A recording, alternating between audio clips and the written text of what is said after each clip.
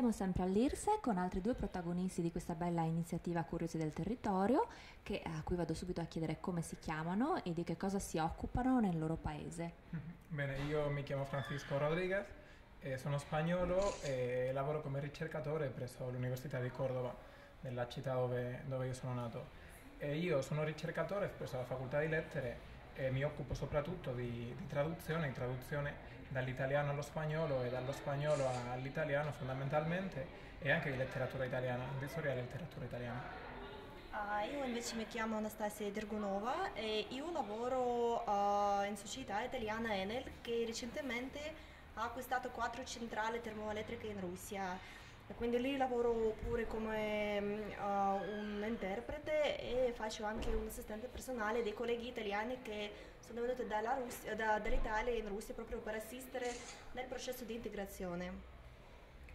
Cosa vi aspettate di scoprire qua in Friuli Venezia Giulia? Siete qui per un viaggio, uno scambio culturale, cosa vorresti trovare?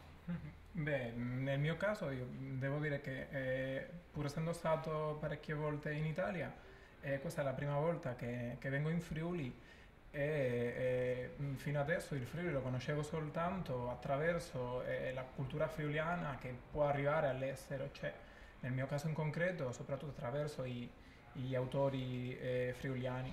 Quindi ciò che mi piacerebbe sarebbe verificare il modo in cui questa cultura e questa concezione della regione che loro trasmettono tramite i loro scritti sia giusta alla realtà contemporanea. Io invece mi aspetto più vedere le possibilità e eventuale occorrenza anche per estensione della collaborazione fra l'Italia e la Russia. Siccome io provengo dalla regione che è altamente industrializzata e so che anche Friuli Venezia Giulia è molto famosa proprio per la concentrazione delle industrie qui, quindi secondo me qua ci possono essere interessanti possibilità per approfondimento del dialogo industriale e da questo punto di vista mi interessano più proprio quelle giornate che sono dedicate agli stage direttamente in aziende locali che ci permetteranno di capire cosa può nascere da questa collaborazione. Cosa vorresti fare da grande? Cosa vorresti realizzare a livello lavorativo un giorno?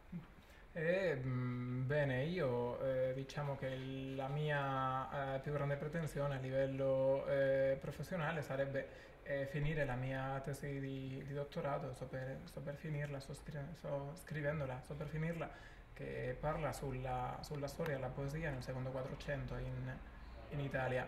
Quindi diciamo che adesso la mia principale preoccupazione è questa.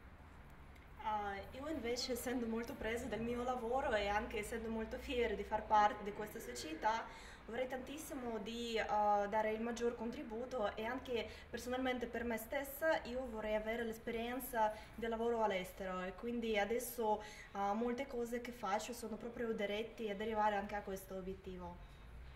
Grazie.